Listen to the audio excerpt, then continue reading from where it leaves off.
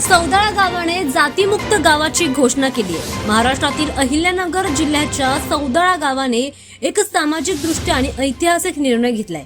गावाने सर्व सहमतीने स्वतःला जातीमुक्त गाव घोषित केलंय। या ठरावातून आता गावात कुठल्याही जाती, धर्म, पंथ किंवा वंशाच्या आधारावर भेदभाव होणार नाहीये आणि सर्वांना समान मानवी अधिकार मिळतील, असं ग्रामसभेने ठामपणे निश्चित केलंय।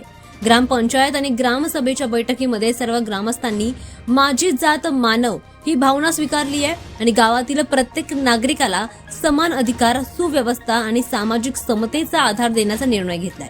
दरम्यान सार्वजनिक ठिकाणं, सरकारी सुविधा, शाळा, जलस्रोत, धार्मिक स्थळ आणि सामाजिक कार्यक्रम ही सर्वांसाठी आता उघडी असतील आणि समान राहतील असं देखील म्हटलं जातंय।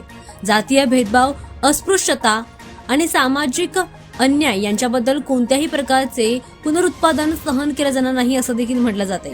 सोशल मीडियावर जातीय भेदभाव करणाऱ्या पोस्ट ग्रामपंचायतीने आवश्यकपणे पावलं उचलली जातील असं देखील म्हटलंय।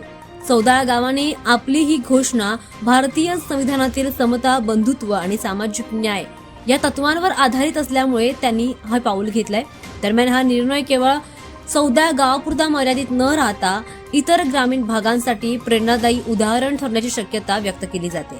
जातीय भेदभाव विरुद्ध एकजुटीचा संदेश देणारा हा निर्णय समोर येतोय।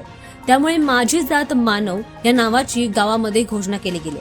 दरम्यान आजकाल जातीवरून बऱ्याच ठिकाणी वाद होताना पाहायला मिळतो आणि त्यासाठीच या गावाने एक चांगलाच निर्णय घेऊन ऐतिहासिक निर्णय घेतलेला आहे आणि माझी जात मानव अशी घोषणा देखील केली।